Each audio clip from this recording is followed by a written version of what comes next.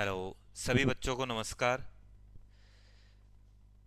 आज आपका इंतज़ार ख़त्म होने जा रहा है। इतने दिन से आप लोगों की जो डिमांड थी कि मैम कोई मैथ्स पढ़ाने के टीचर लेके आओ, मैथ्स पढ़ाने के लिए लेके आओ, और आपको सबको पता है अभी एलडीसी की वैकेंसी जो आई हुई है उसमें बहुत अच्छा खासा वेटेज है अपना मैथ्स का।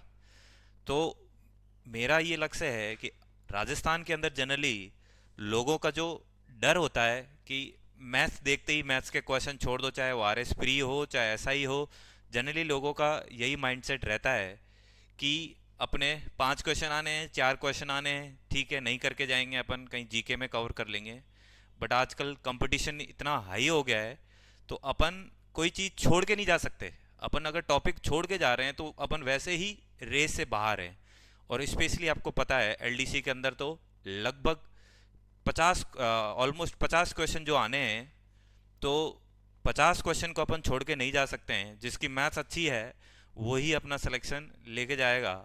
और आप लोग सब मेरे साथ जुड़े रहो, और मेरा ये आपको वादा है कि गारंटी है कि मैं आपकी मैथ्स 100% अच्छी कर दूंगा। बस आपको एक शर्त है कि आप सिर्फ मेरे साथ जुड़े रहो, जैसे जैसे बताऊं वैसे करते जाओ, उसके अलावा कुछ भी नहीं करना है आपको। आप सोचो मैं ये बुक से पढ़ लूँ, उस बुक से पढ़ लूँ, कुछ भी नहीं करना है। जो नोट्स लिखाऊं वो नोट्स आपको लिखने हैं, उसको रिवाइज करना है, और नोट्स खुद के बनाएं। आप सोचो कि भाई मैं उसके नोट्स ले लूँ और उसके नोट्स ले लूँ, उससे कोई फ़ायदा नहीं है।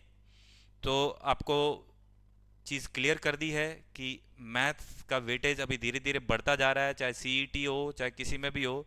और अभी राजस्थान जनरली एक प्लान कर रहा है कि सारे एग्ज़ामों को एक साथ करा के अलग अलग कट ऑफ निकाल के एक ही एग्ज़ाम के थ्रू सबको भर्ती कर लेना। तो आपको भी पता है कि अगर एक साथ सारा, जैसे एसएससी सीजीएल या सीपीओ सीएचएसएल वगैरह में होता है, तो अगर एक साथ पेपर करते हैं तो आपको पता है कि जब एक साथ करा तो उसमें मैथ्स और इंग्लिश, साइंस, इन सब का वेटेज रखा जाएगा, रीजनिंग का अलग। तो अगर वहाँ मैथ्स का वेटेज रखेगा तो अगर आप मैथ्स से डरते रहे तो ध्यान रखना, फिर आप जिंदगी भर अगर आपका जो वीकनेस है वो वीकनेस ही बनी रहेगी। तो अब आपका एक ही लक्ष्य होना चाहिए कि जो आपकी वीकनेस है उसको आपको आपकी स्ट्रेंथ बनानी है। तो मेरा एक ही लक्ष्य है कि मैथ्स का जो डर है, मैथ्स का डर खत्म करना है। ये चीज़ आपको क्लियर कट बता रहा हूं मैं कि आने वाले टाइम में जब धीरे धीरे आप मैथ सॉल्व करोगे आपको मैथ से डर नहीं लगेगा। ये चीज़ मेरा आपसे पूरा वादा है। अब मैं अपना इंट्रोडक्शन दे दूं। मैं एट प्रेजेंट मैम के साथ ही ऑफिस में लगा हुआ हूँ, मैम का सबॉर्डिनेट ही हूँ। और जीवन में खूब एग्ज़ाम दिए जिनमें सब में मैथ्स आती थी। शुरुआत में एनडीए का एग्ज़ाम भी क्लियर है, सीडीएस भी क्लियर है, रिटर्न इनका क्लियर है, इनके एसएसबी इंटरव्यू क्लियर नहीं है। एफ कैट का एग्ज़ाम भी जिसमें मैथ्स पूछी जाती है वो भी क्लियर है। सीजीएल भी क्लियर है, सीजीएल में 435 रैंक है। सीएचएसएल भी क्लियर है, सीपीओ भी क्लियर है। और ऐसे खूब सारे एग्ज़ाम दिए हैं जिनमें मैथ्स पूछी गई है। तो मुझे पूरा विश्वास है कि मैं मैथ्स आप लोगों को पढ़ा सकता हूँ। इसलिए ही इसी प्लेटफॉर्म पर आया हूँ। तो और मेरा नाम आपको पता ही है, या आपको बता देता हूँ, मैम ने बताया भी होगा शायद, चैनल पे पहले भी बताया और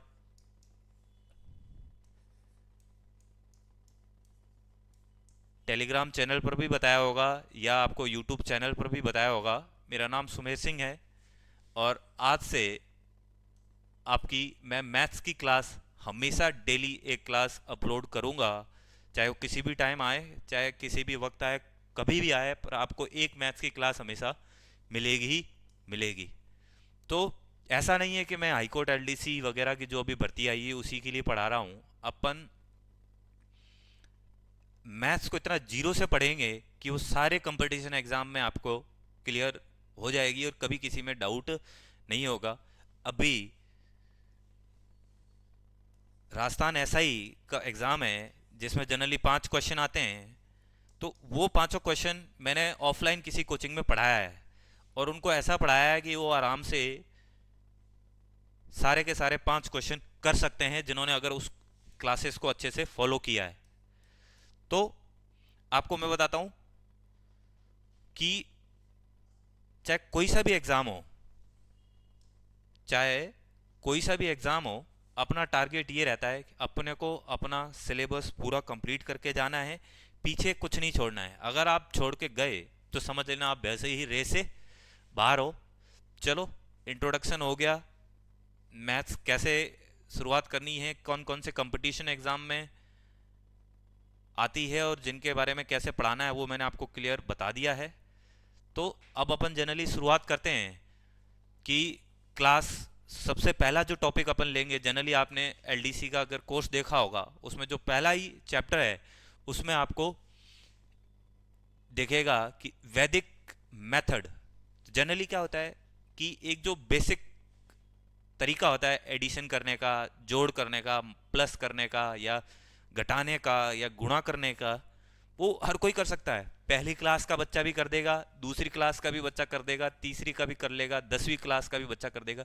अगर मैं आपको दे दूं कि कोई मेरे पास 12 नंबर है और उसको अगर आपको 34 से मल्टीप्लाई करना है, तो बेसिक से हर कोई करता है। तो एलडीसी में जो अपना वैदिक मेथड के थ्रू है, पर अपने को पता है कि ऑब्जेक्टिव वाला जो एग्जाम है उसमें मेथड कोई नहीं पूछेगा, आपको आंसर लाना है। पर ध्यान रखना, वैदिक से जो तरीके सीखे हुए हैं वो तरीके आपको क्या है, मैथ्स को आपको शॉर्टकट। ध्यान रखना 50 क्वेश्चन है। अब यहाँ रेस वो नहीं जीतेगा कि जो 50 के 50 क्वेश्चन कर ले, रेस यहाँ वो जीतेगा जो फास्ट करेगा, जो फास्ट क्वेश्चन सॉल्व करेगा, वो मैटर करेगा यहाँ पे।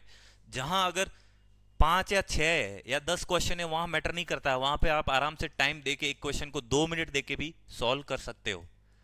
पर ये चीज ध्यान रखना, यहाँ पे आपको 50 क्वेश्चन करने हैं और आप बिल्कुल धीरे धीरे तो नहीं कर सकते। तो इससे फिर ये चीज सीखने को आपको क्लियर कट पता होना चाहिए कि अपनी कैलकुलेशन फास्ट होनी चाहिए। तो ये मेरी पहली क्लास है आज, और ऑनलाइन जो मेरी पहली क्लास है, तो इसका मतलब मैं आपको जीरो से लेके चलूंगा। मुझे ये पता है कि जो मेरा स्टूडेंट अगर क्लास देख रहा है, मैं ये मान के चल रहा हूँ उसको कुछ भी नहीं आता है, और मेरे को ये टारगेट है कि जब वो पूरी क्लास देखेगा तो लास्ट जब क्लास एंड करेगा तो वो उस टॉपिक में महारत हासिल कर चुका होगा और उस टॉपिक से उसका कोई क्वेश्चन गलत नहीं होगा। अब कुछ बच्चों की मेंटेलिटी होगी कि सर यूट्यूब पे पढ़ा रहे हो तो इसका मतलब कुछ आधा अधूरा पढ़ाओगे या सारा कंटेंट दोगे कि नहीं दोगे। वो चीज़ नहीं है। पेड में जनरली लोग क्या है कि पूरा कंटेंट देते हैं, फ्री में नहीं देते हैं। ऐसा कुछ भी नहीं है। एग्ज़ाम में जितना आता है इवन उससे मैं ज़्यादा ही कंटेंट आपको दूंगा। मेरा टारगेट यही है कि मेरे पढ़ाए हुए बच्चे ज़्यादा से ज़्यादा सिलेक्शन ले, यही मेरी ईश्वर से दुआ है। तो अपने को जब 50 क्वेश्चन करने हैं और अपने पास टाइम कम है, तो अपने का टारगेट यही है कि भाई क्वेश्चन को फास्ट कैसे करना है। फास्ट क्वेश्चन को फास्ट करने के दो तरीके होते हैं। पहला कि आपको उसका कंसेप्ट पता हो, दूसरा कंसेप्ट के साथ साथ आपकी कैलकुलेशन फास्ट हो। कैलकुलेशन फास्ट हो। अगर आपके कंसेप्ट अच्छे हैं, कैलकुलेशन खराब है, तो समझ जाना फिर कोई मतलब नहीं है, वैसे पीछे रह गए। आपकी कैलकुलेशन फास्ट है पर कंसेप्ट नहीं पता है, तो वैसे सवाल नहीं होना है। तो अपना टारगेट ये है कि अपना कंसेप्ट और कैलकुलेशन दोनों फास्ट करने हैं। ठीक है। तो अब जो अपनी बेसिक जनरल बातें थी वो अपन ने कर ली, और अब अपनी क्लास शुरू करते हैं। तो जो सबसे पहला टॉपिक मैं आपका कंसीडर करने वाला हूं वो टॉपिक है स्क्वायर, या हिंदी में कहें वर्ग। अब कई कई बच्चों को डाउट होगा, सर हिंदी में पढ़ाओगे इंग्लिश में पढ़ाओ, मैथ्स में कोई मैटर नहीं करता है, आपकी हिंदी मीडियम हो या इंग्लिश मीडियम, कोई मैटर नहीं करता है। ये चीज़ ध्यान रखना, क्योंकि आपका वैसे भी पेपर बाइलिंगुअल आना है। तो अगर इंग्लिश में दिखा रहा हो तो आप वहाँ इंग्लिश में देख लेना, हिंदी में पढ़ा रहा हूँ तो हिंदी में देख लेना। और मैथ्स में वैसे भी लैंग्वेज इतना ज़्यादा मैटर नहीं करता है, ये चीज़ ध्यान रखना। तो जो सबसे पहला अपना जो टॉपिक दे रखा है उसने स्क्वायर या वर्ग। और अगर आपने अभी रिसेंट में देखा होगा, आरएसएसबी हो चाहे या आरपीएससी हो या राजस्थान का कोई भी गवर्नमेंट पेपर हो, जो कोई एजेंसी करा रही हो उसमें ध्यान देखना, थ्योरी के सवाल बहुत ज़्यादा आ रहे हैं। मतलब थ्योरी मतलब ऐसा नहीं कि उसमें सीधा आपको कैलकुलेशन का पूछ रहे हैं, उसके जो कंसेप्ट हैं, उसके फॉर्मूले हैं कि ये चीज़ कैसे आई, उनके बारे में कुछ डेफिनेशन दे देंगे, या कुछ आपको 4 पॉइंट दे देंगे। जैसे ये आपको एक ऑप्शन, दो, तीन और चार, चार स्टेटमेंट दे दी, और चारों स्टेटमेंट में से पूछ लेगा कि इसमें से कौन सी स्क्वायर की प्रॉपर्टीज सही नहीं है। तब क्या करोगे? अब कई कई लोग बोलेंगे तो सर हमको तो स्क्वायर आते हैं। ठीक है, आते हैं भाई, स्क्वायर तो क्या सबको आते हैं, गुणा ही तो करना है, 2 बार गुणा करना है। पर जब वो 4 प्रॉपर्टी दे देगा, फिर पूछ लेगा कि 4 प्रॉपर्टी में से कौन सी सही प्रॉपर्टी नहीं है, तब कहाँ जाओगे? तब फिर बोलोगे कि यार चाहे प्रॉपर्टी पढ़ ली होती तो फ़ायदा रहता। तो ध्यान रखना, अभी चाहे मैंने अभी कई सारे PYQs देखे हैं, चाहे अभी थर्ड ग्रेड का पेपर हुआ था मैथ्स का, उसमें खूब क्वेश्चंस उनके डेफिनेशंस पे, उनकी प्रॉपर्टीज़ पे आए हुए हैं। RS में भी आए हुए हैं, हर जगह क्वेश्चन, चाहे LDC हो चाहे कहीं पे भी हो। अभी इनका पैटर्न बदल गया है। जनरली ये 20-25% क्वेश्चन आपको स्टेटमेंट बेस्ड देंगे, और स्टेटमेंट में आपको थ्योरी दी होगी, और उस थ्योरी बेसिस पे आपको क्वेश्चन सॉल्व करने होंगे। तो ये चीज़ ध्यान रखना। तो आपको थ्योरी बहुत ज़रूरी, पर हमेशा ध्यान रखना ज़रूरी है। तो पहले मैं पूरी क्लास लूँगा, क्लास लेने के बाद ये चीज़ ध्यान रखना, इसी फॉर्मेट में आपको जैसे जैसे ये लिखा हुआ है ऐसे ही आपको इसकी PDF बनाई हुई मिल जाएगी, या जो मेरे खुद के नोट्स है वो भी नोट्स आपको मैं प्रोवाइड करवा दूंगा। मेरे खुद के हैंड रिटन नोट्स है, टाइप वाइप पे मैं इतना ज़्यादा बिलीव नहीं करता, मेरे खुद के हाथ से बनाए हुए नोट्स हैं। वो नोट्स आप ले सकते हो टेलीग्राम के थ्रू, या आपको मैं शेयर कर दूंगा, मैम को दे दूंगा, मैम आपसे शेयर कर लेंगे। पर मेरा ये एक राय है कि नोट्स खुद के बनाओ। अभी क्लास जो देख रहे हो, तो जो क्लास देख रहे हो क्लास में साथ साथ नोट्स बनाते जाओ, आपके सब क्लियर हो जाएंगे। तो सबसे पहले अपन आते हैं स्क्वायर, वर्ग। वर्ग होता क्या है, स्क्वायर मीन्स क्या है? कोई भी नंबर है, कोई भी नंबर है, इंटीजर है, पूर्णांक है, कोई भी है, उसको 2 बार मल्टीप्लाई करना है। Integer multiply by itself, N integer multiply by itself, वो स्क्वायर होता है। ये स्क्वायर की डेफिनेशन है। जैसे मैंने कोई इंटीजर पूर्णांक आपको दिया, जैसे मैंने कोई आपको 3 नंबर दिया, तो इंटीजर 3 हो गया, इटसेल्फ मतलब उसी से, उसी को 2 बार, 2 बार मल्टीप्लाई करने पे अपने को क्या आया? 9। ये इसका स्क्वायर है, ये एक परफेक्ट स्क्वायर है, एक वर्ग है। क्या है? वर्ग है। तो और अब सवाल आता, हमेशा ध्यान रखना, मेरा मैथ्स पढ़ाने का तरीका ये है कि जो सबसे कमजोर बच्चा है उसकी मैथ्स अच्छी करनी है, और अगर कोई टीचर उस बच्चे की मैथ्स करने में अच्छी करने में कामयाब हो गया, तो ध्यान रखना वो सारे बच्चों की मैथ्स अच्छी कर सकता है। तो अब इंटीजर पूर्णांक हो गया, और इट मल्टीप्लाई का मतलब क्या होता है? मल्टीप्लाई का मतलब होता है रिपीटेटिव एडिशन। रिपीटेटिव एडिशन, दोहरावदार जोड़। ये मल्टीप्लाई का मीनिंग होता है, किसका मतलब होता है? मल्टीप्लाई का। ठीक है, तो रिपीटेटिव एडिशन, दोहरावदार, और डिवीजन का मतलब होता है रिपीटेटिव सब्ट्रैक्शन। रिपीटेटिव एडिशन कैसे है? जैसे मैंने आपको लिखा कि ये 3 × 4 है, इसका मतलब है 3 4 बार आया है। 3 4 बार मतलब 3 + 3 + 3 + 3 जोड़ दो, 3 3 6, 6 3 9, 9 3 12, ये जनरली हो गया 12। या तो ऐसे कर लो, या इन दोनों को ऐसे डायरेक्ट मल्टीप्लाई कर लो, 12 या 12। तो स्क्वायर का मीनिंग आपको पता चल गया है। और स्क्वायर का मतलब है N integer multiply by itself, और मल्टीप्लाई का मतलब है रिपीटेटिव एडिशन। तो अब यहां जब अपना कंसेप्ट क्लियर हो गया है, और मैं आपको एक देता हूं कि अपने सिलेबस के अंदर मैक्स टू मैक्स 6 डिजिट तक स्क्वायर का बोला गया है। 6 डिजिट के बाद स्क्वायर आपसे नहीं पूछेगा, मतलब 7 अंकों का परफेक्ट स्क्वायर होगा, वो आपके सिलेबस में नहीं है। तो मैक्सिमम आपका ध्यान रखना है, आपको 1 से लेके 999 तक स्क्वायर ही आपके सिलेबस में है।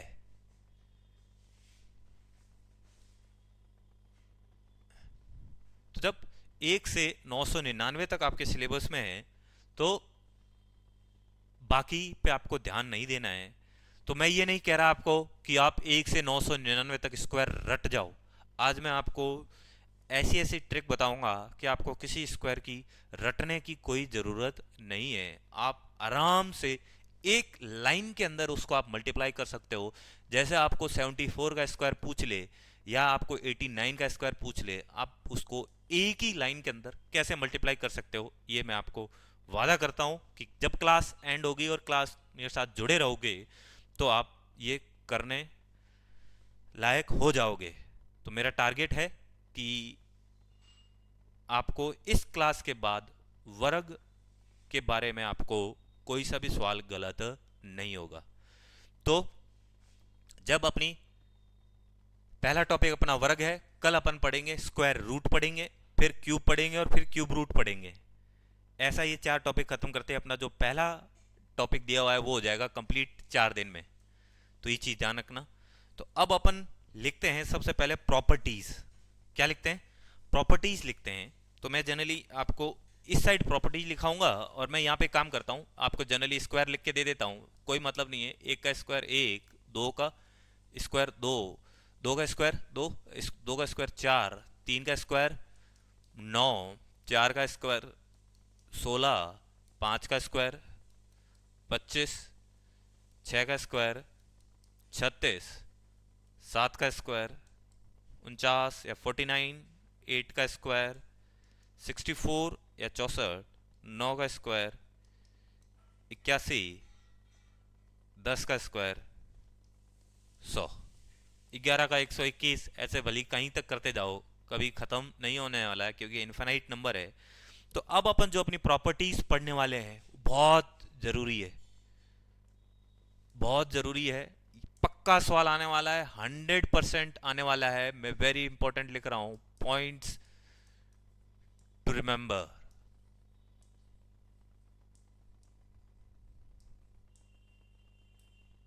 Points to remember. पहला पॉइंट आता है, हमेशा ध्यान रखना, जो परफेक्ट स्क्वायर होगा, जो स्क्वायर नंबर होगा, जो स्क्वायर नंबर होगा उसके यूनिट डिजिट में आपको ध्यान होना चाहिए क्या क्या आ सकता है। खुद से एक बार सोच के देखो क्या क्या आ सकता है और क्या नहीं आ सकता है। और स्क्वायर नंबर और जो never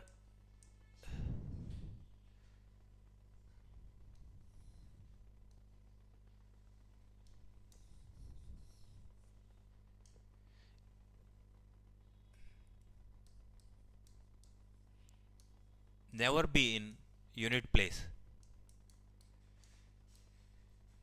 unit place, unit digit का मतलब है यहां इकाई का अंक, इकाई अंक पर।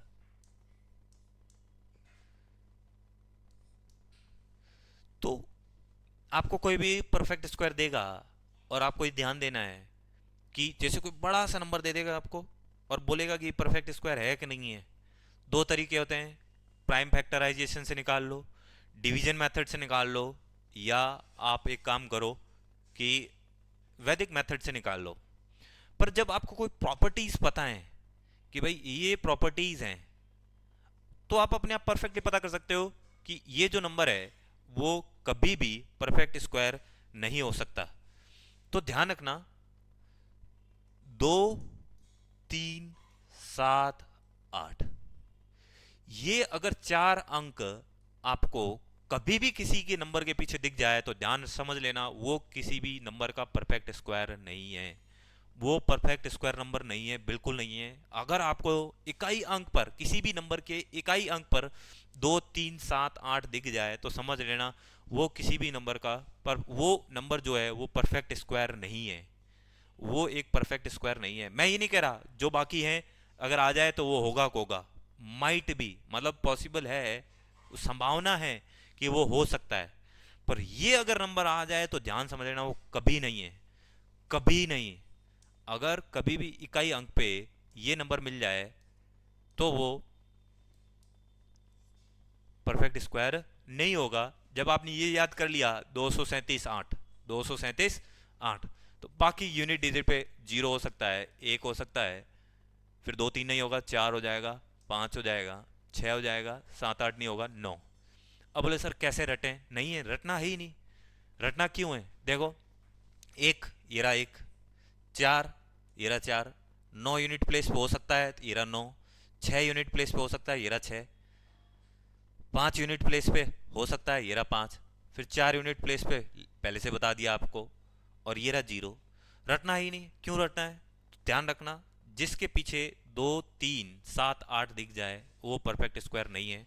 पहली प्रॉपर्टीज अपनी खत्म हो गई, जिसके अंदर यूनिट डिजिट पे जीरो एक चार पाँच छः नौ होगा, दो तीन सात आठ है। मेरे को पूरा विश्वास है आपको ये चीज़ समझ में आ गई होगी। पर मैं ये चाह, ध्यान रखो, वापस कान खोल के सुन लो, मैं ये नहीं कह रहा कि अगर किसी नंबर के पीछे जीरो एक चार पाँच छः नौ आ गया तो वो 100% परफेक्ट स्क्वायर होगा। मैं ऐसा बिल्कुल नहीं कह रहा हूँ। मैं ये कह रहा हूँ जब ये हो जाए तो पॉसिबिलिटी है, पर ये ध्यान रखना अगर ये नंबर आ जाए किसी भी नंबर के पीछे तो वो परफेक्ट स्क्वायर नहीं है। तो पहली प्रॉपर्टीज खत्म होती है अपनी प्रॉपर्टी नंबर वन। अब आते हैं अपन प्रॉपर्टी नंबर टू पे। हमेशा ध्यान रखना, इवन नंबर का जो स्क्वायर होगा, इवन नंबर का जो स्क्वायर होगा वो हमेशा इवन होगा, क्योंकि इवन को इवन से मल्टीप्लाई करते हैं। हिंदी में कह दें तो अगर सम संख्या का जो वर्ग होगा वो हमेशा, जो नंबर आएगा वो भी सम संख्या होगी। क्या होगी? सम संख्या होगी। ये बेसिक सा सवाल है, आ सकता है, आया हुआ है, ऐसे खूब सवाल आए हुए हैं, अभी आया हुआ है। इरेशनल को इरेशनल से मल्टीप्लाई करने पे क्या होगा, रेशनल को रेशनल से करने पे क्या होगा, वो अपन नंबर सिस्टम में पढ़ेंगे। पर ये ध्यान रखना, इवन स्क्वायर का मतलब क्या होता है? उसी चीज को दो बार मल्टीप्लाई करना है। तो इवन को इवन से करेंगे तो इवन होगा, और ऑड नंबर का, कोई भी ऑड नंबर है उसका स्क्वायर हमेशा ध्यान रखना ऑड नंबर ही होगा। ऑड नंबर ही होगा, मतलब विषम संख्या का जो वर्ग होगा वो हमेशा ध्यान रखना विषम संख्या ही होगी। तो मैं आपको दो प्रॉपर्टी पढ़ा चुका हूं। पहली प्रॉपर्टी, यूनिट डिजिट पे दो तीन सात आठ कभी नहीं होगा, जीरो एक चार पाँच छः नौ हो सकता है। दूसरा, इवन नंबर का जो वर्ग होगा वो इवन नंबर होगा, सम संख्या का स्क्वायर हमेशा सम संख्या में होगा, और नंबर का जो स्क्वायर होगा वो हमेशा और नंबर में होगा। इसको विषम संख्या का वर्ग कर दो तो आपको हमेशा विषम संख्या ही नंबर मिलेगा। ये चीज ध्यान रखना। अब पढ़ ली अपन ने दो प्रॉपर्टी। कितनी पढ़ ली? दो प्रॉपर्टी। अब पढ़ते हैं तीसरी नंबर की प्रॉपर्टी। अगला पेज ले लेते हैं।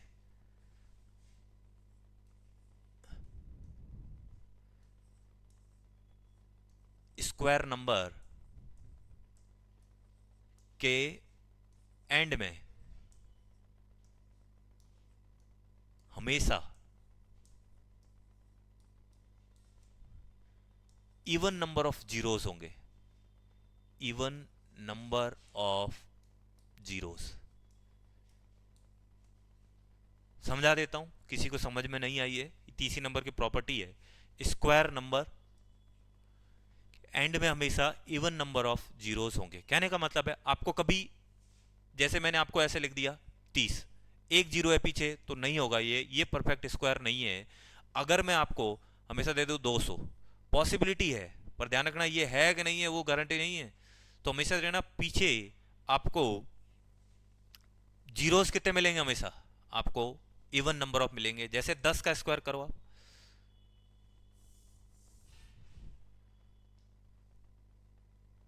10 का स्क्वायर करो आपको 100। मुझे बताओ कितने जीरो हैं? दो जीरो हैं, इवन नंबर ऑफ जीरोस हैं कि नहीं है?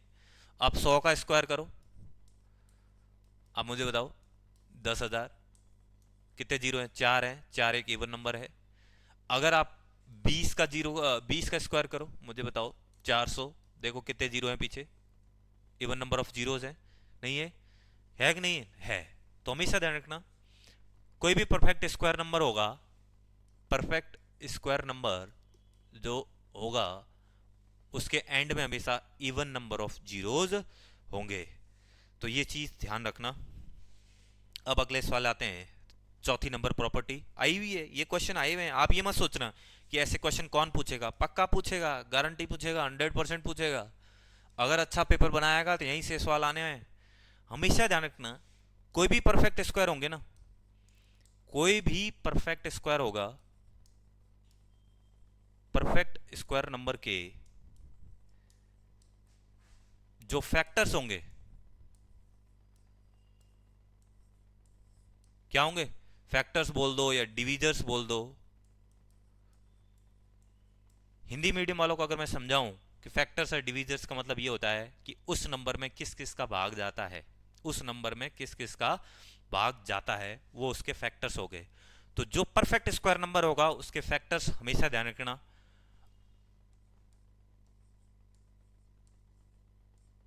ऑड नंबर ऑफ फैक्टर्स होंगे।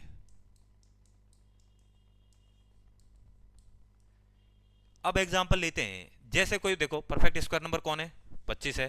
मुझे बताओ 25 के फैक्टर देखो, एक एक मिलेगा, एक 5 मिलेगा और एक 25 खुद। देखो 3 है तो 3 क्या हो गया, 3 एक क्या है, परफेक्ट।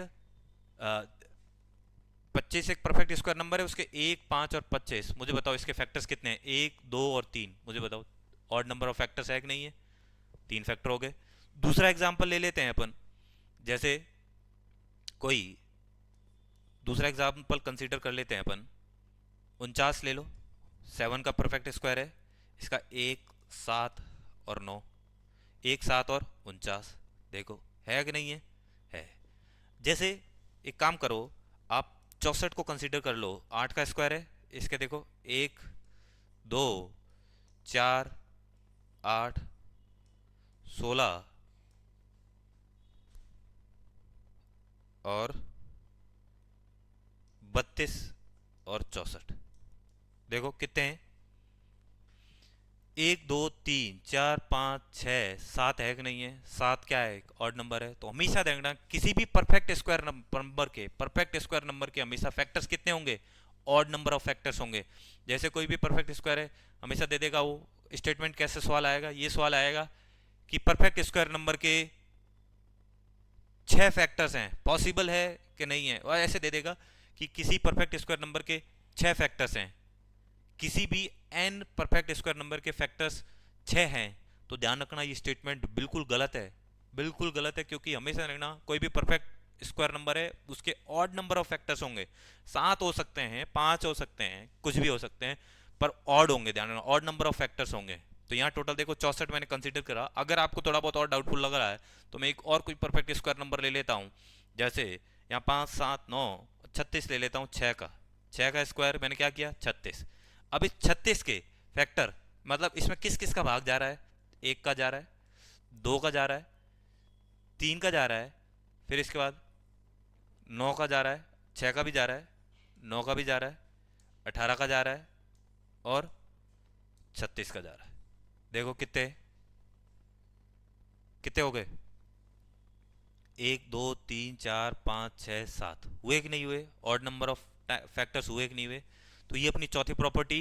पहली प्रॉपर्टी यूनिट डिजिट में क्या क्या अंक आना है, दूसरी प्रॉपर्टी इवन नंबर का square even number, odd number का स्क्वायर ऑड नंबर होगा, तीसरी प्रॉपर्टी परफेक्ट स्क्वायर के हमेशा एंड में इवन नंबर ऑफ जीरोज होंगे, सम संख्या के जीरो होंगे, कितने, 2 हो सकते हैं, 4 हो सकते हैं, 6 जीरो हो सकते हैं, 8 जीरो हो सकते हैं। हमेशा ध्यान रखना कभी एक जीरो नहीं होगा, कभी 2 जीरो 3 जीरो नहीं होंगे, हमेशा कितने जीरो होंगे, इवन नंबर ऑफ जीरो होंगे। चौथी प्रॉपर्टी अपन ने पढ़ ली, परफेक्ट स्क्वायर के हमेशा फैक्टर्स कितने होंगे, ऑड नंबर ऑफ फैक्टर्स होंगे। अगली जो प्रॉपर्टी अपन पढ़ रहे हैं, ये चीज ध्यान रखना, 4 प्रॉपर्टी पढ़ ली, अब पढ़ते हैं 5वीं प्रॉपर्टी। अगर आपने कभी एक ऐसा चीज देखा होगा, ये चीज देखी होगी, ये एक नंबर लिखा मैंने ये लिख दिया, ये ट्रायंगल बना रहा हूं मैं, ये भी एक ट्रायंगल है, ये भी एक ट्रायंगल है। अब एक अगला ट्रायंगल बना रहा हूं,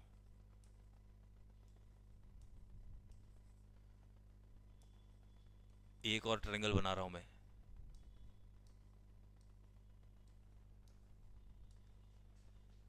एक और ट्रायंगल बना लेता हूं ताकि थोड़ा आपको ज़्यादा एग्जाम्पल लेंगे तो चीज़ें ज़्यादा क्लियर होती है।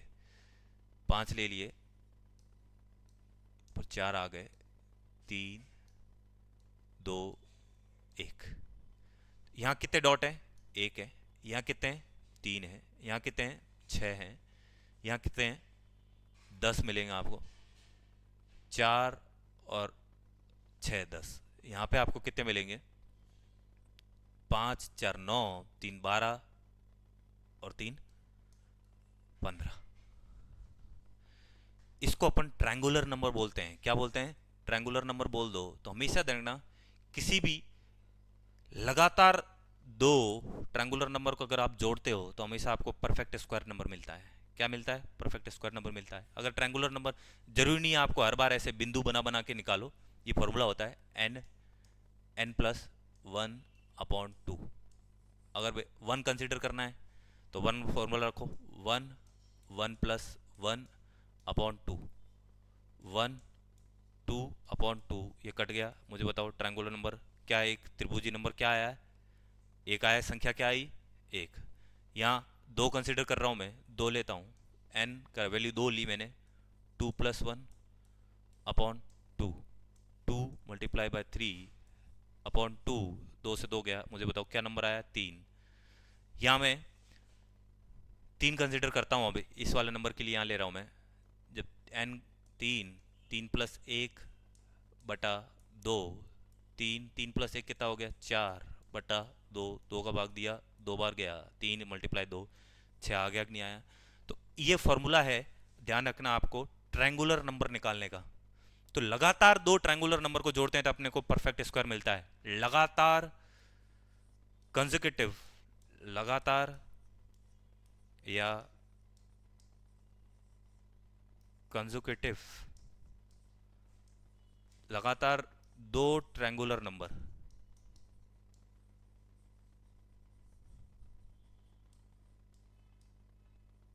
को जोड़ने पर परफेक्ट स्क्वायर प्राप्त होगा, परफेक्ट स्क्वायर मिलेगा। देख लेते हैं, अभी देख लेते हैं। लगातार दो, 1 और 3 को जोड़ा, 4 आ गया, 2 का परफेक्ट स्क्वायर है। 6 और 10 को जोड़ दिया, लो 16 आ गया, ये भी 4 का है। अब इन दोनों को जोड़ लो, 25। किसी किसी के मन में अगर आइडिया आ रहा है कि 6 और 15 को जोड़ दे, लगातार बोला है मैंने, ऐसे नहीं एक छोड़ के एक, लगातार बोला है। तो ये अपनी 5वें नंबर की प्रॉपर्टी हो गई। छठी नंबर की प्रॉपर्टी अपन पढ़ते हैं। जैसे ही मैंने कोई भी एक स्क्वायर n लिया और जस्ट इससे अगला नंबर n+1, n+1, तो कितनी हो गई? 5। अब छठी नंबर, ये छठी नंबर की प्रॉपर्टी। अगर कोई भी दो नंबर लिए मैंने लगातार और उनकी वर्ग करता हूं मैं, वर्ग मतलब n का स्क्वायर, और इसका भी वर्ग किया मैंने n+1 का स्क्वायर। एग्जाम्पल मैं ले लेता हूं, एक 6 और ये जस्ट इससे अगला 6 में एक जोड़ा 7, इनका स्क्वायर करा मैंने 36 और 49। आपसे क्वेश्चन कैसे पूछेगा कि लगातार दो कोई नंबर हैं, उनके स्क्वायर, उनके वर्ग में, अगर कोई लगातार दो स्क्वायर है उनके वर्ग में, आपको पूछ लेगा कि बीच में संख्याएं कितनी है, बीच में संख्याएं कितनी है। तो या तो तरीका ये है कि वो दो नंबर का, अब जैसे यहां तो मैंने 6 और 7 दिया है, एग्जाम में भाई साहब आपको देगा 289 और 290 के स्क्वायर में, के स्क्वायर में आपको क्या है कि बीच में संख्याएं कितनी है वो निकालने को दे देगा। तो चीज ध्यान रखना। फिर तुम क्या करोगे? इसका स्क्वायर निकालोगे, फिर इसका स्क्वायर निकालोगे, और फिर दोनों को माइनस करोगे, और मेरे को पूरा विश्वास है कि आप कहीं ना कहीं उसमें गलती कर बैठोगे। तो हमेशा ध्यान रखना, इसका एक ही तरीका है कि ये जो दो नंबर दिए हैं, ये दोनों नंबर जोड़ दो। ये जो दो नंबर दिए हैं उन नंबर दोनों को जोड़ दो। जैसे मेरे को बीच की संख्या निकालनी है, इनको 49 में से 13 गए, 49 में से 36 गए। या तो क्या करो, आप ऐसे निकालो फिर माइनस करो, जब बड़ा नंबर दे दिया, लो मैंने आपको एक काम करता हूँ, मैं 778 दे दिया और 779 दे दिया। अब इनके स्क्वायर निकालो, पहले क्या करो, स्क्वायर निकालो, फिर इनके बीच के नंबर निकालो, तो आपसे पूरा चांसेस है कि गलती होगी। तो इससे अच्छा जब डायरेक्ट ऐसे बीच में निकालना हो तो कुछ नहीं करना होता, उन दोनों नंबर को जोड़ देना होता है। उन दोनों नंबर को जोड़ना होता है। तो वो नंबर कौन कौन से थे, एक 6 था और अगला नंबर 7 था, n+1, तो कितना हो गया, 13। तो कोई भी लगातार दो परफेक्ट स्क्वायर के बीच में नॉन परफेक्ट स्क्वायर संख्याएं कितनी हैं, कोई लगातार दो स्क्वायर नंबर के बीच में नॉन परफेक्ट स्क्वायर संख्याएं कितनी हैं, तो वो निकालने का, जैसे मैंने लिख लिया 2 और 2 का स्क्वायर और इससे जस्ट अगला 3, 3 का स्क्वायर, 2 का स्क्वायर 4 और इसका 5 का 3 का स्क्वायर 9। तो ये तो बहुत छोटे अंक हैं। तो आप क्या सर ये क्या सिखा रहे हो भाई साहब, जिस दिन आपको ऐसे दे देगा 389 और 390 दोनों का स्क्वायर के बीच में टोटल कितनी संख्या है और आपको कंसेप्ट नहीं पता है, तो मुझे बताओ आप पहले स्क्वायर निकालोगे या जो भी आपने a² - 20 जो भी लगाओगे, आपसे टाइम लगना है, आपको टाइम लगेगा। और जो बच्चा पढ़ा हुआ है और जिसको कंसेप्ट पता है वो फट से क्या करेगा, 2 और 3 को जोड़ के 5 करके आगे 5 सेकंड में आगे बढ़ेगा। 5 सेकंड भी नहीं, 2 सेकंड टिक किया और गोला भरा और आगे बढ़ गए। तो अब 9 में से 4 गए 5, 9 में से 4 गए 5।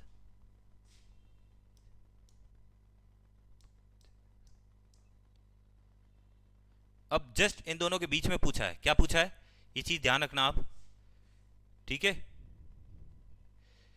ये चीज आप बिल्कुल क्लियर कट ध्यान देना कि इन दोनों के बीच में, तो उन दोनों के बीच में, तो जब बीच में कंसीडर करना होता है तो उसका मतलब, अब जैसे मैं आपको एक संख्या दे दूं 7 और 11 के बीच में, इसका मतलब 7 और 11 के जो जस्ट बीच में जो नंबर है, परफेक्ट जो कंप्लीट पूर्णांक नंबर है, वो जोड़ने हैं आपको।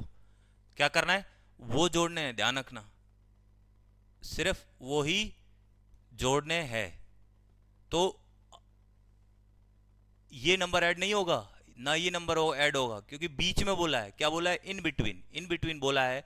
तो ध्यान रखो, जब दोनों इंक्लूड नहीं होते तो उसमें हमेशा एक कम करना होता है। क्या कम करना होता है, एक कम करना होता है।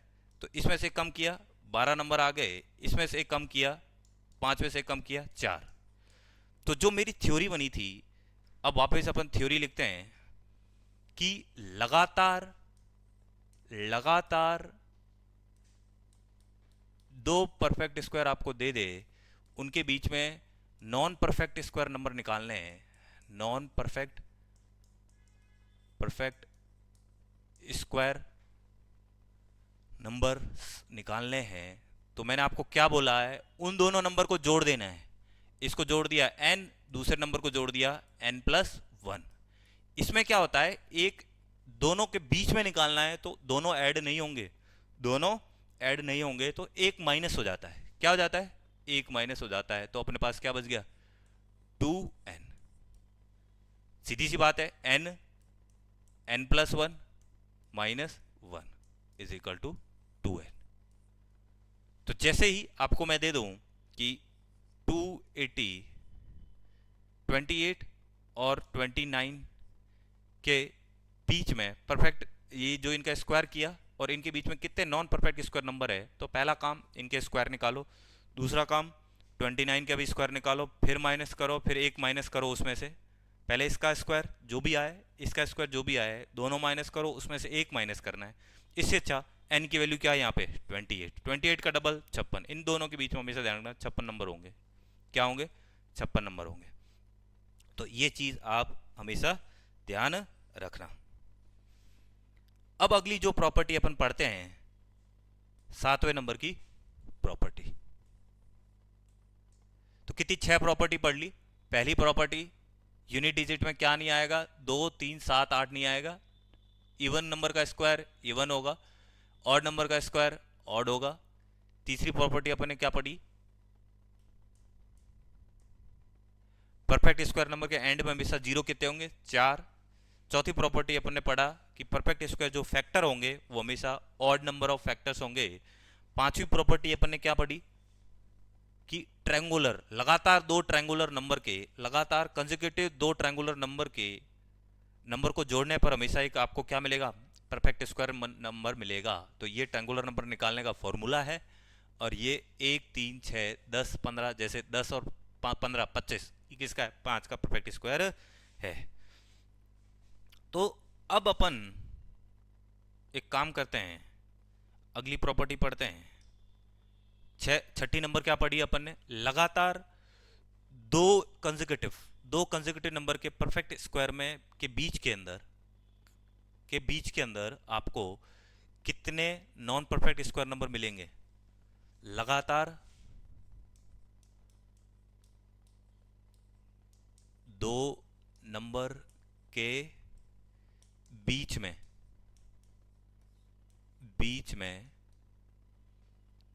नॉन परफेक्ट स्क्वायर नंबर कितने मिलेंगे आपको, n+1 -1 कर देना है। और एक्चुअली में सीधा आपको ये ध्यान रखना है 2n। तो जैसे ही आपको ये दे दे, मैंने नंबर दे दिया, जैसे मैंने आपको 5 का स्क्वायर, अगला नंबर 6, तो 5 का स्क्वायर 25, 6 का स्क्वायर 36, 36 में से 25 माइनस करो 11, और एक और कम करना है क्योंकि दोनों इंक्लूडेड नहीं है, इनके जस्ट बीच में पूछा है। तो कितने हो गए, 10। या तो ऐसे करो, तो इसमें क्या किया मैंने, ये की फिर कई बार गलती हो जाएगी, एक माइनस करना भूल जाएंगे, 11 ही लगा के आ जाएंगे। तो इससे अच्छा अब ध्यान रखो, जो n है n का डबल कर दो 2n। तो n क्या है, 5, 5 का वैल्यू कर दी 10। तो उनके बीच में नॉन परफेक्ट स्क्वायर नंबर कितने हो गए, 2n। अब आते हैं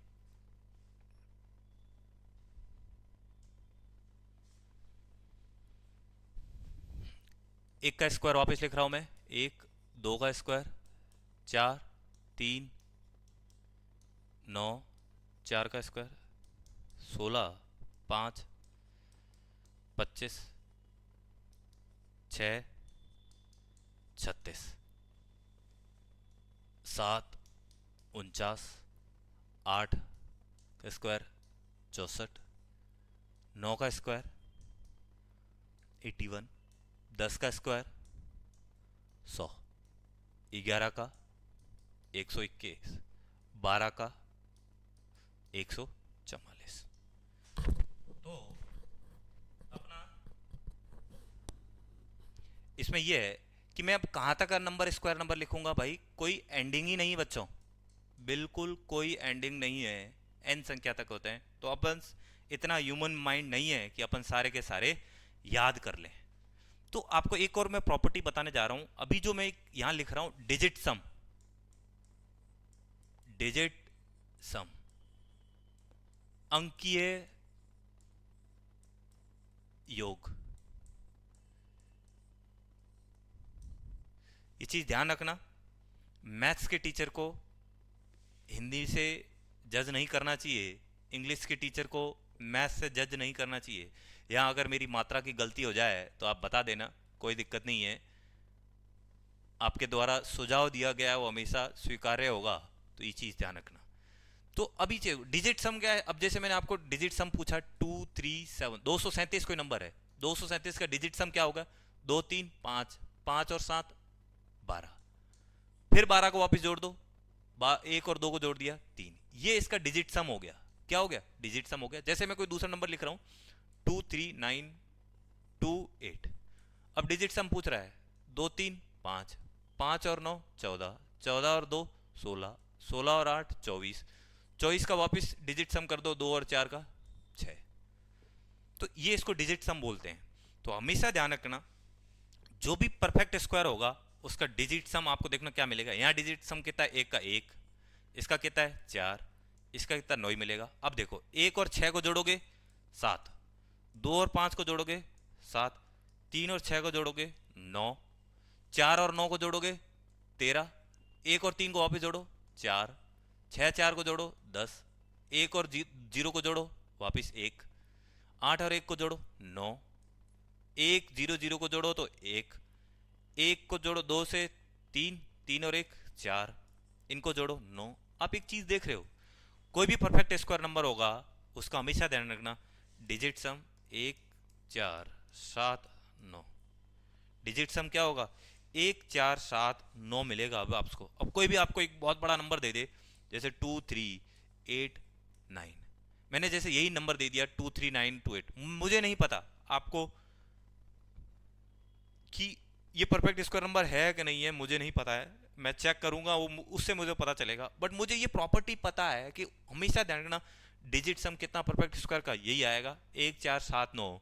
तो जब 1479 डिजिट सम आएगा, और इसका जब मैंने डिजिट सम करके देखा 6 आ रहा है, तो मुझे पता चल गया इसका डिजिट सम उनमें से कोई सा भी नहीं आ रहा, इसका मतलब ये परफेक्ट स्क्वायर नहीं है। जैसे मैंने कोई एक नंबर ले लिया 529, ये 5 2 7, 7 और 9 16, 1 और 6 7, भाई साहब है, किसी न किसी का पक्का होगा, ये 23 का हो जाएगा। किसका हो जाएगा? 23 का हो जाएगा। आप देखते रहना, मुझे मेरा टारगेट ये नहीं है कि आपको रटाना है कि भाई 25 100 50 55 800, कहाँ तक याद करोगे? अपने सिलेबस में 1 से लेके 999 तक के परफेक्ट स्क्वायर हैं। 1 से लेके 999 तक के परफेक्ट स्क्वायर हैं।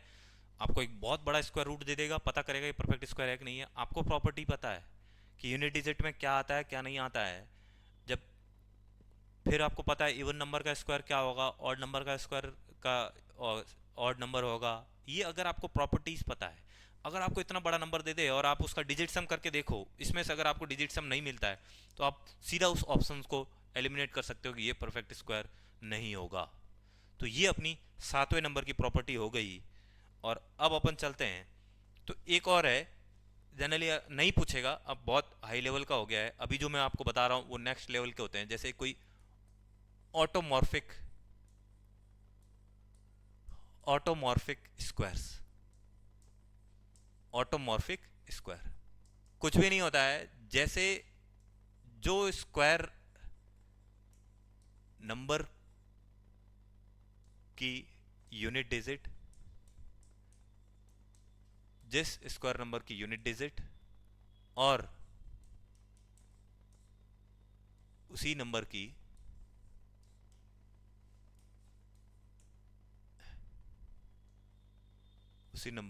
यूनिट डिजिट सेम हो। क्या हो? सेम हो। तो ये चीज ध्यान रखना। आपको उसको ऑटोमॉर्फिक स्क्वायर बोलते हैं। हिंदी में क्या बोलते हैं मैं पता करके आपको बता दूंगा। अभी आप इंग्लिश का ध्यान रख लीजिए। ऑटोमॉर्फिक स्क्वायर आ सकता है, ऑप्शन में दे देगा आपको इसमें से कौन सा ऑटोमॉर्फिक स्क्वायर नहीं है। ऑटोमॉर्फिक स्क्वायर का एग्जांपल नहीं है। जैसे 5 का देखो, 5 के यूनिट डिजिट में क्या है? 5। इसका स्क्वायर करके देखोगे 25, यूनिट डिजिट में क्या मिलेगा? 5। जैसे आप 25 ले लो, इसके यूनिट डिजिट में क्या है? 5 है। इसका 625, इसका स्क्वायर नंबर हो गया, यूनिट डिजिट में क्या है? ये हो गया। जैसे आप एक काम करो, 6 दे लो, 6 के यूनिट डिजिट में क्या है? 6 है, इसका करो 36। तो ये चीज़ आपको ध्यान रख, मैं बताना चाह रहा हूँ कि ऐसा नंबर जिसके उसी नंबर का यूनिट डिजिट और उसके स्क्वायर का यूनिट डिजिट दोनों सेम हो, ये 8वें नंबर की प्रॉपर्टीज हो गई। और अब अपने ये प्रॉपर्टीज यहाँ पे ख़त्म होती हैं। और एक और इंपॉर्टेंट प्रॉपर्टी जो मैं आपको बता देता हूँ, ध्यान रखना। जो प्राइम नंबर होगा ना, प्राइम नंबर, यहाँ पी क्या है? प्राइम नंबर, अभाज्य संख्या। क्या नंबर है? अभाज्य संख्या। तो जो अभाज्य संख्या होगी, अगर कोई भी नंबर है, जैसे पी स्क्वायर, मतलब जैसे आप दो एक अभाज्य संख्या है, इसका स्क्वायर करा मैंने 4 मिला। 3 एक अभाज्य संख्या है, इसका स्क्वायर किया मेरे को 9 मिला। 5 एक अभाज्य संख्या है, मैंने इसका स्क्वायर किया, मुझे 25 मिला। 7 एक अभाज्य संख्या है, 7 एक अभाज्य संख्या है, इसका स्क्वायर 49 मिला। आपको मैं ये चीज़ सिखाना चाह रहा हूँ, पक्का आएगा। ऐसा क्वेश्चन दे देगा 1 से 100 तक ऐसी संख्याएं बताओ जिनके एग्जैक्टली 3 ही फैक्टर हो। क्या हो? 3 ही फैक्टर हो। तो हमेशा ध्यान रखना, जो प्राइम नंबर का स्क्वायर होता है ना, जो प्राइम नंबर का जो स्क्वायर नंबर होता है ना, उसके हमेशा ध्यान रखना 3 ही फैक्टर होंगे। 49 के देखो क्या क्या फैक्टर हो सकते हैं। एक 1 होगा, एक 7 होगा, और एक 9 49 खुद होगा। 4 के देखना, एक 1 होगा, एक 2 होगा, और एक 4 खुद होगा। 9 के देखना, एक 1 होगा, एक 3 होगा, एक 9 खुद होगा, 25 के देखना, एक 1 होगा, एक 5 होगा, एक 25 होगा। आपको मैं ऐसे चीज़ कह रहा हूँ, तो ये चीज़ ध्यान रखना। प्राइम नंबर बोल रहा हूँ मैं, जैसे किसी के मन में याद आ रहा होगा किसी भी स्क्वायर नंबर के 3 फैक्टर होंगे, नहीं। स्क्वायर के, किसी परफेक्ट स्क्वायर के हमेशा ऑड नंबर ऑफ फैक्टर्स होंगे। क्या होंगे? ऑड नंबर ऑफ फैक्टर्स, जो मैं पहले प्रॉपर्टी पढ़ा चुका हूँ। बट कोई भी प्राइम नंबर का एक परफेक्ट स्क्वायर है, जैसे ये हो गया 11 का, जैसे मैं आपको दे दूं 11 का स्क्वायर 121। अब 121 के जो फैक्टर्स होंगे, तो वो एक होगा, एक 11 होगा और एक 121 होगा। तो चीज ध्यान रखना, जैसे आपसे सवाल पूछ रहे एक और 100 तक ऐसी कितनी संख्याएं हैं जिनके एग्जैक्टली 3 फैक्टर हो सकते हैं, तो ऐसे संख्या होने वाली क्या हो गई? एक 4 हो गई, 49 हो गई, 9 हो गई और 25 हो गई। 49, 9 और 25, ये चीज ध्यान रखना। 100 तक यहाँ पे अपनी ये प्रॉपर्टीज खत्म होती हैं। अब जो अपन एक ही लाइन के अंदर कोई भी दो संख्या को कैसे मल्टीप्लाई कर सकते हैं, इसका मतलब अपने को परफेक्ट स्क्वायर निकालने का सीख रहे हैं। अब अपन आते हैं अपने पार्ट पे। आप प्लीज़ ये चीज़ ध्यान रखना, पक्का इससे क्वेश्चन आने वाला है, यहाँ नहीं तो किसी न किसी एग्जाम में पक्का आने वाला है। RSSMB वगैरह, अभी जो भी RPSC वगैरह स्टेटमेंट बेस्ड सवाल बहुत बना रहे हैं, तो पक्का आएगा। अब अपन, आपको पता है, अब जैसे आपको 23 का स्क्वायर नहीं पता है, स्क्वायर वर्ग का मतलब होता है उसी नंबर को 2 बार मल्टीप्लाई करना है, तो मैंने ये लिख दिया 23 मल्टीप्लाई बाय 23। नहीं पता है आपको, कोई इशू नहीं है, पर आपको मैं मल्टीप्लाई करना आज सिखाऊंगा कि आप एक लाइन में कर सकते हो। जैसे आपसे वो पूछ ले 78 का स्क्वायर नंबर पूछ ले और आपको नहीं पता है क्या आना है, नहीं आना है, लो मुझे नहीं पता क्या आना है, तो जैसे आपसे वो पूछ ले कि एक एक कोई दूसरा नंबर ले लेते हैं अपन,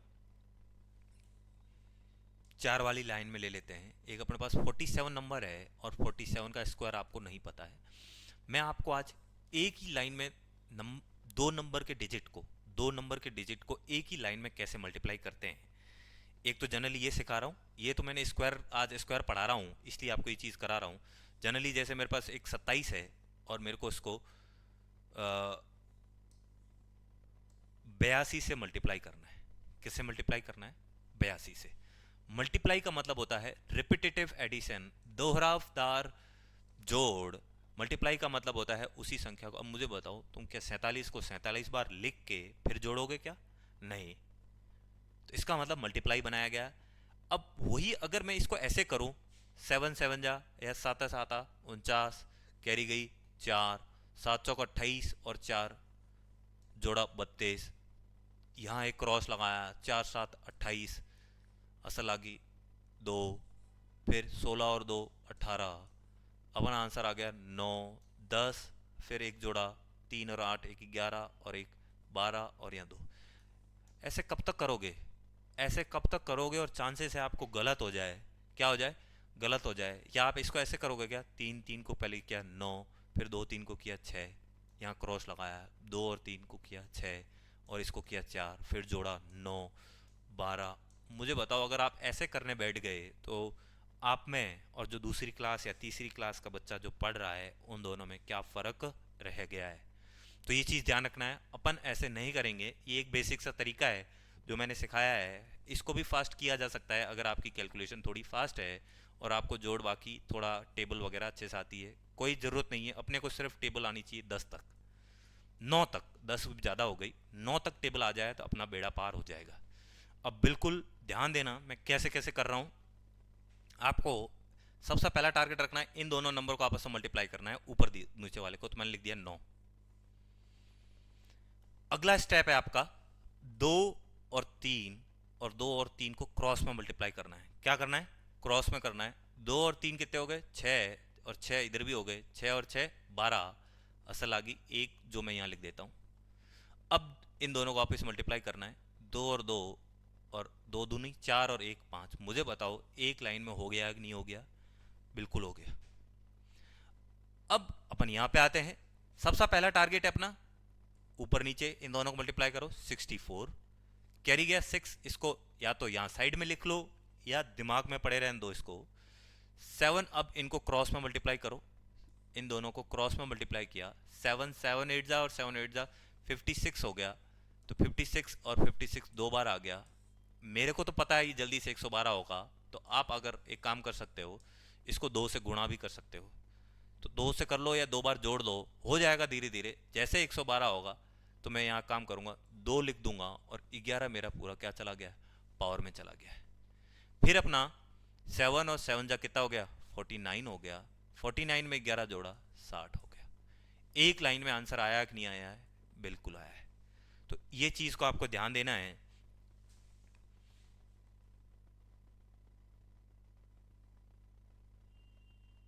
ऐसे आप करते जाओगे तो आपके कभी भी गलत नहीं होगा। तो एक बार रुको, किसी का फोन आ रहा है।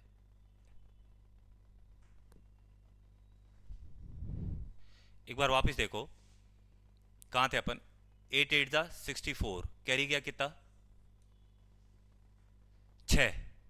ये कैरी वाला अपन ने देखो ऐड नहीं किया है, तो 7 8 जा 56, 7 8 जा 56, 56 और 56 कितने हो गए, 112। और कैरी 6 था तो 118 हो गया ये।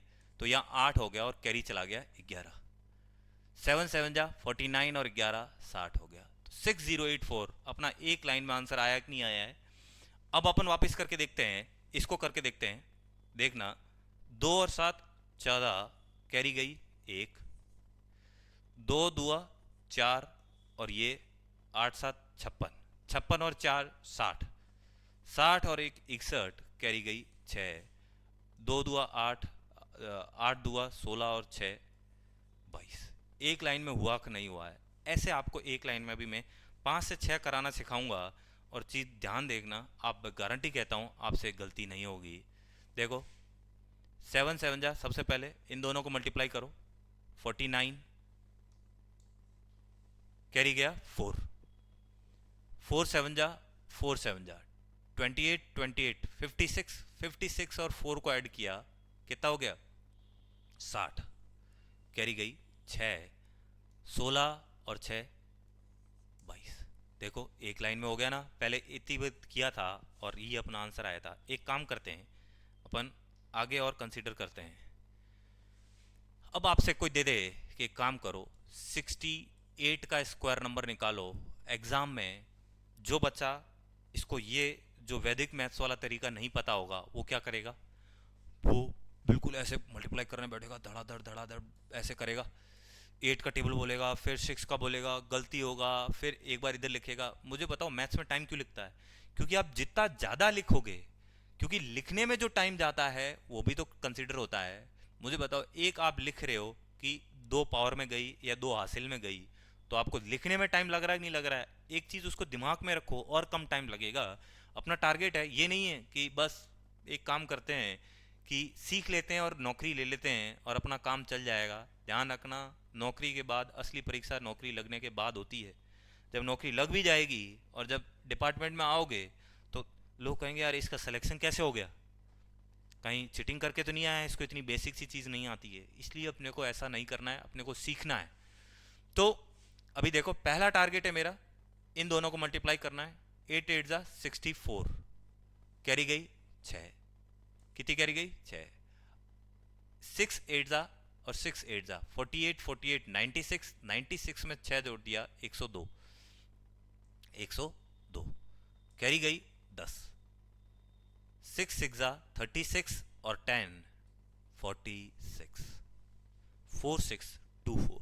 एक साथ हुआ कि नहीं हुआ। अब एक अपन और कोई, अब जैसे इसको एक अच्छे से 54 कंसिडर कर लेता हूं मैं। 54 एक ही अपन फॉर्मूला सीखेंगे। ऐसे वैदिक मैथ्स में बहुत सारे फॉर्मूले हैं, बहुत सारे फॉर्मूले हैं। जैसे मैं आपको एक कोई नंबर दे दूं और आप अनाप शनाप फॉर्मूले होते हैं, ध्यान रखना। तो जैसे एक आपको मैंने दे दिया 28 और 22, तो इसका जनरली जब यूनिट डिजिट में दोनों का सम 10 होता है ना, तो ये चीज़ ध्यान रखना। इन दोनों को मल्टीप्लाई कर दिया और इसमें एक अगला करके जो मल्टीप्लाई कर दिया 6। तो एक काम करते हैं, अब इसको पहले मल्टीप्लाई करो। 2 8 जा 16, कैरी गया 1, 2 2 जा 4, और ये 2 8 जा 16, 420 और 1 कैरी गई 2, 616। अब इतना कितना रटोगे? इसका ये तरीका है, जब यूनिट डिजिट पे जो नंबर दिए हैं उनका सम 10 हो, और जो दूसरे अंकों पे जो संख्या दी है इनके अलावा जितनी भी संख्या दी है वो दोनों सेम होनी चाहिए। तो इसमें ये करते हैं, यूनिट डिजिट पे जो संख्या है उनको गुणा कर लो, 8 2 16 हो गया। जो भी दिए उनका सम 10 होना चाहिए, 16 हो गया। और इनमें जो भी नंबर दिए उनके जस्ट अगले सेम होनी चाहिए, उससे अगले से मल्टीप्लाई कर लेते हैं। 2 से अगला कौन सा? 3, 2 और 3 को मल्टीप्लाई कर दिया 6। ऐसे नहीं रटना, कितने रटोगे, अपने कोई काम नहीं आना है, अपने को अभी इतना बड़ा ध्यान नहीं देना है। अपने को सिर्फ ये चीज़ देखना है कि मेरे को दो नंबर का कितने, एक तरीके पे इतनी महारत हासिल कर लो कि आपका क्लियर हो जाए।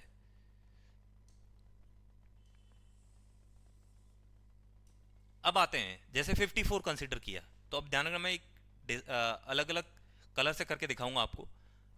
4 और 4 को मल्टीप्लाई किया 16, कैरी गई 1। अगला स्टेप जो अपना होता है, एक काम करता हूं मैं, कलर चेंज कर लेता हूं। अगला स्टेप है इसको और इसको गुणा करने का है। तो 5 4 ज़ा 20, 5 4 ज़ा 20, 20 और 20 40, 40 प्लस 1 41, कैरी गई 4। अगला जो स्टेप है, मैं काम करता हूं, मेरे को इन दोनों को मल्टीप्लाई करना है। 5 5 ज़ा कितना होता है? 25, और 4 अपने हासिल में थी 25 और 29, 2916, 2916। अब मुझे बताओ, अपना एक लाइन में अपन कोई भी परफेक्ट स्क्वायर नंबर मुझे बताओ, 1 से 99 तक आराम से आप बहुत जल्दी मल्टीप्लाई कर सकते हो कि नहीं कर सकते हो? बिल्कुल कर सकते हो, आराम से आप 5 से 10 सेकंड के अंदर उस एक दो डिजिट के नंबर को मल्टीप्लाई कर सकते हो। खुद से प्रैक्टिस करना, ये होमवर्क है आपका, कि आप जैसे कोई नंबर दे दिया मैंने 23 और 23, अब इनका करना है। कितना हो गया? 3 3 9, 2 3 6, 2 3 6 और 12, असलागी 1 5। अब आपको लग रहा है कि सर कौन करेगा इतना, क्या करेगा? भाई साहब, जो मेहनत करेगा वही नौकरी ले जाएगा। ये चीज़ ध्यान रखना, आपको अगर नौकरी चाहिए तो ये चीज़ ध्यान रखना, आपको मेहनत करनी पड़ेगी। अब अपन जो आते हैं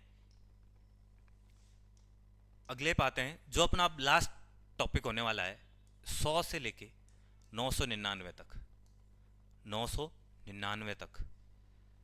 तो 100 से जो 999 तक है, ये चीज़ ध्यान रखना कि ये आपका जो लास्ट नंबर है जो सिलेबस में है। तो अब 3 डिजिट के नंबर को अपन एक लाइन में कैसे मल्टीप्लाई करते हैं वो सीखते हैं, और फिर अपना ये टॉपिक अपना यहीं ख़त्म होता है।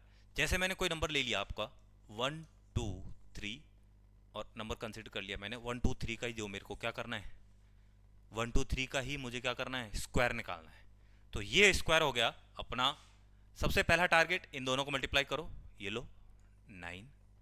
अगला जो स्टेप होगा अपना, मैं कलर चेंज कर रहा हूं, और अगला स्टेप होगा इन दोनों को अपन क्रॉस मल्टीप्लाई करेंगे। तो जैसे इन दोनों को क्रॉस मल्टीप्लाई किया अपना, 2 3 और 2 3 6, 6 और 6 12। तो ये एक मैं छोटा सा यहां लिख देता हूं, एक। अब अगले स्टेप पे आते हैं, और मैं कलर चेंज किया, येलो कंसीडर किया। और अब जो अगला वाला स्टेप होगा अपने को ऐसे कंसीडर करना है, ये इससे मल्टीप्लाई करना है, इसको इससे करना है, और इसको इससे। 3 1 ज़ा 3, 3 1 ज़ा 3, तो 3 और 3 6, और 2 2 ज़ा 4। तो 6 और 4 कितने हो गए? 10।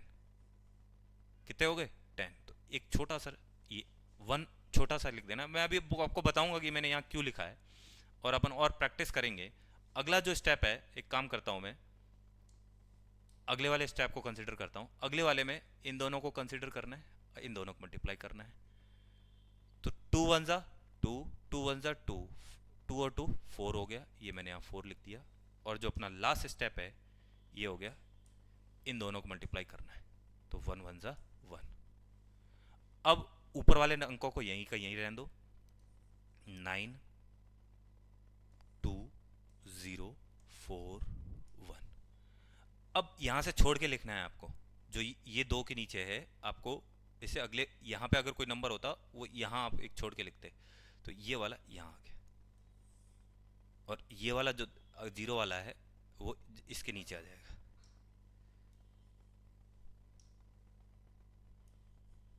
अब कितना हो गया?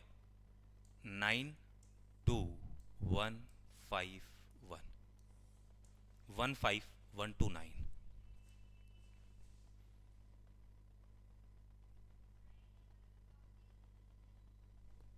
15129।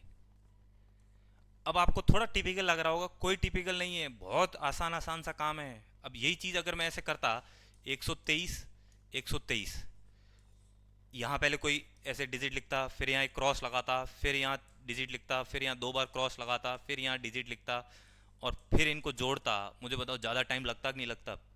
बिल्कुल लगता। इसमें आपको जितनी ज़्यादा प्रैक्टिस करोगे आपको ये जल्दी होता जाएगा। और ये चीज़, एक क्वेश्चन और प्रैक्टिस करा देता हूँ मैं, एक एग्जांपल और ले लेता हूँ कि इस चीज़ को आप कैसे कंसिडर करना है। एक काम करते हैं, जैसे मैं कोई नंबर लिया, कलर चेंज कर लेता हूँ मैं। जैसे मेरे पास नंबर है 236, 236। अब एक बच्चा क्या होगा, इसका स्क्वायर नंबर निकालने को दे दिया, तो ध्यान रखना वो पूरा मल्टीप्लाई करेगा। अपने को ऐसा नहीं करना है, अपने का पहला टारगेट है 6 और 6 को मल्टीप्लाई करना है, 36। 3 यहाँ छोटा सा लिख देना है। अगला नंबर कंसिडर करना है, इन दोनों को क्रॉस में करना है। 3 3 6 18, 18 और 18 36। तो वापस ये लो। अगला नंबर अपना टारगेट है, ऐसे स्टेप चल रहा है, देखो ऐसे स्टेप चल रहा है, बिल्कुल कंफ्यूज नहीं होना है। पहले ये लिया, फिर दो में किया, ये पहला स्टेप, ये दूसरा स्टेप, अगला वाला ऐसा स्टेप चलेगा, ये तीसरा स्टेप, चौथा स्टेप एंड में दोनों डिजिट है उनको कंसिडर किया, और लास्ट में ये सिर्फ 5 से स्टेप है, सिर्फ 5 स्टेप को फॉलो करना है। 2 6 12, 2 6 12, 24 ऐड कर रहा हूँ मैं, और ये 9, ये भी इनको मल्टीप्लाई करना है ना ऐसे, तो 24 और 9 33। तो इसको एक मैंने छोटा सा यहाँ लिख दिया। अब अपन आते हैं इस वाले स्टेप पे, 2 3 6, 2 3 6, 6 और 6 12। पेन चेंज कर लेता हूँ, हाँ पेन चेंज, एक काम कर देता हूँ मैं, आपको बता देता हूँ कैसे किया मैंने ये वाला स्टेप। ये थर्ड स्टेप हो गया। अब अपन फोर्थ स्टेप पे जाते हैं। फोर्थ स्टेप पे ही रहा, फोर्थ स्टेप में लास्ट में ये दोनों को मल्टीप्लाई करने को कहा था, ये इन दोनों को कर दिया तो 12 आ गया। फिफ्थ स्टेप अपना लास्ट स्टेप, जो ये दोनों एंड पे जो डिजिट बचती है उनको मल्टीप्लाई कर दिया, 4। अब जो ऊपर वाले नंबर हैं उनको ऐसे लिख दो, 6 6। आप ऐसे डायरेक्ट भी कर सकते हो, कोई सुनिए, वो मैं अभी धीरे धीरे प्रैक्टिस करके सिखाऊंगा, तभी आपको होगा। फर्स्ट डे आपको इतना ज़्यादा हाई डोज नहीं दूंगा। अब ये जो अगला नंबर है, एक लाइन छोड़ के यहाँ 3, फिर ये अगला 3, और फिर ये अगला 3, और ये अगला 1, 6 9 6 5 और 5।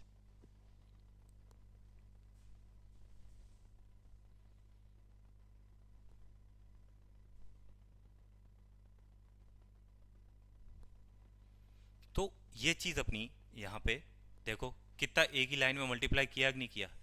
अब जैसे कई कई बच्चों का अगर ब्रेन अच्छा है या थोड़ा कैचिंग पावर अच्छी है, तो एक काम करो, देखो ये लास्ट वाला 6 का 6 जो नंबर है, ये ऐसा कैसा उतार दो 6। ये लिखने की जरूरत नहीं, अगर कोई बच्चा ये नहीं लिखना चाहे ऐसे, ये 3 एक काम करो इसमें पावर में भेज दो। तो यहाँ कितना है, 3 इसमें जुड़ दिया, कितना हो गया, 3 और 6 9। ये 3 जो अगला गया 39 में, जो ये पावर में जुड़ गया, ये 6 हो गया। अब ये 3 अगला पावर में आ गया, 5 हो गया। और ये अगला एक जो नीचे लिखा है, ये 5 हो गया। देखो इस बार मेरे को ये भी लिखने की ज़रूरत नहीं हुई।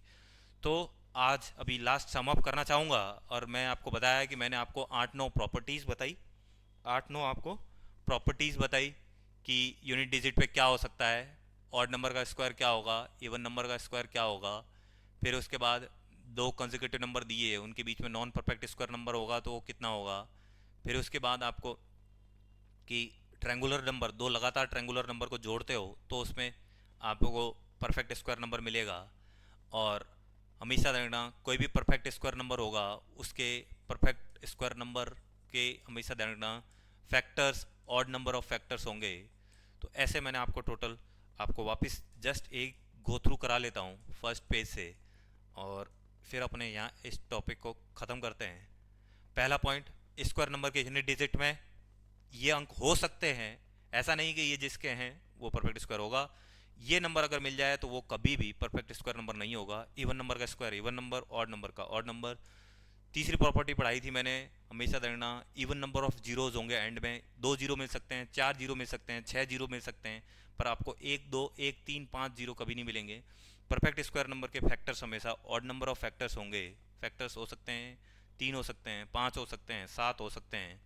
पांचवा सवाल आता है कि दो लगातार ट्रायंगुलर नंबर को जोड़ने पे, लगातार दो ट्रायंगुलर नंबर को जोड़ने पे आपको परफेक्ट स्क्वायर नंबर मिलेगा। और छठा है कि अगर लगातार दो नंबर दे दे, उनके बीच के नॉन परफेक्ट स्क्वायर नंबर पूछ ले। लगातार दो नंबर दे दे, उनके स्क्वायर के बीच में नॉन परफेक्ट स्क्वायर नंबर पूछ ले, तो हमेशा देखना 2n होंगे। क्या होंगे? 2n होंगे। ये चीज़ ये चीज़ मैंने आपको इस वाली स्लाइड पे लिखाई है। ये रही, लगातार दो नंबर के परफेक्ट स्क्वायर नंबर के बीच में हमेशा नॉन परफेक्ट स्क्वायर नंबर कितने होंगे? 2n होंगे।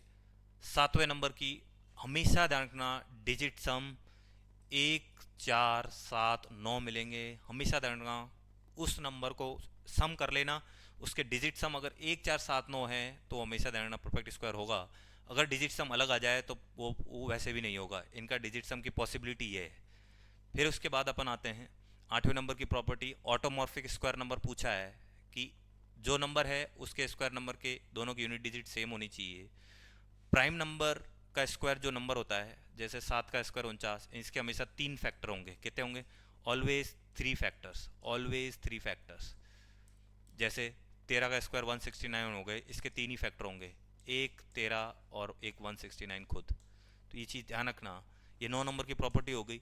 8 नंबर की मैंने आपको चीज़ें ये सिखाई कि दो नंबरों को आपको, ये 10 नंबर की प्रॉपर्टी है, 10 नंबर की चीज़ आपको सिखाई मैंने। दो नंबर दे दिए आपको, उनको एक लाइन में कैसे मल्टीप्लाई करना है। सबसे पहला टारगेट यूनिट डिजिट को ऐसे कर लेना है, फिर आपको ऐसे क्रॉस में कर लेना है, और लास्ट स्टेप है आपका जो आगे दो नंबर है। ये 3 स्टेप में हो जाता है। प्रैक्टिस करोगे तो बहुत आसान है। और फिर आपको लास्ट में मैंने 11 नंबर पॉइंट ये सिखाया कि 3 डिजिट के अंकों को एक लाइन में कैसे मल्टीप्लाई करते हैं, वो ये तरीका है। लास्ट में सबसे पहले इसको करो, फिर अगले दोनों जस्ट इन दोनों नंबर को कर लो, फिर नंबर तीनों ऑपरेशन पे, फिर लास्ट के दो नंबर पे, और फिर एक लास्ट में। तो ये चीज़ ध्यान रखना।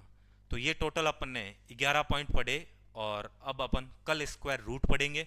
वो एक छोटा सा टॉपिक होगा, वो स्क्वायर रूट आपको कैसे निकालते हैं, वो स्क्वायर रूट नंबर निकालना सिखाऊंगा। और यही कल वाली प्रॉपर्टी अपन रिवाइज करेंगे। और अपन अब मिलते हैं कल नए टॉपिक के साथ। जय हिंद, जय भारत।